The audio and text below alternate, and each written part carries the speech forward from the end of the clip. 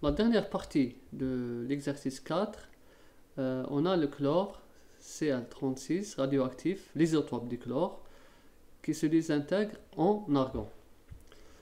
On nous donne sa période ou temps de demi-vie et aussi le nombre de moles initial.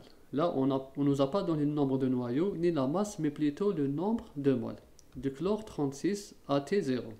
On commence par écrire la réaction de désintégration. Donc le chlore 36, 17, qui se désintègre en argon. Argon, c'est 36, 18. 36, 18, plus, bien sûr, une particule. Une particule émise. Bon, là, je vais faire X. Donc là, le A total, c'est égal à 36. Et là, Z total, c'est égal à 17. Donc là, on a 36. Bon, bien sûr, là, c'est A et Z. 36 plus A est égal à 36, ce qui fait que A est égal à 0. Et 18 plus Z est égal à 17. Z obtenu est égal à moins 1.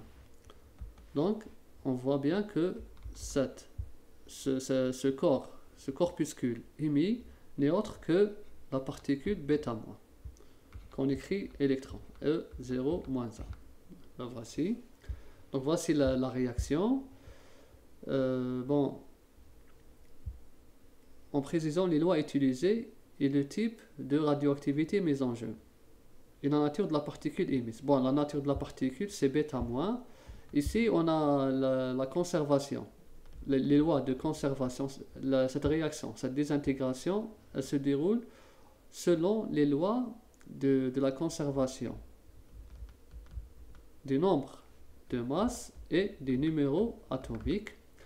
On va parler un peu juste sur ce type de réaction. On a un élément X qui nous donne un autre élément Y. Si on va dans le tableau périodique, nous avons les halogènes X et là c'est les gaz rares juste à côté.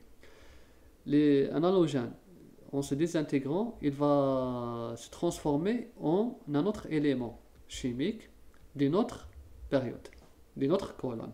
Donc là, ça a été découvert par Soddy.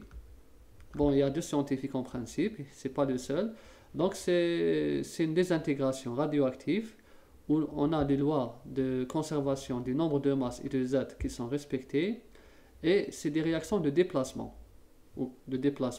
C'est-à-dire l'élément X se déplace en élément de gaz rare. C'est une transformation. Donc voilà, on continue.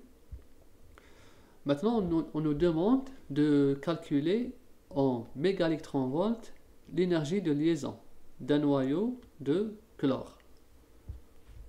Ce noyau de chlore, on va déterminer son énergie de liaison.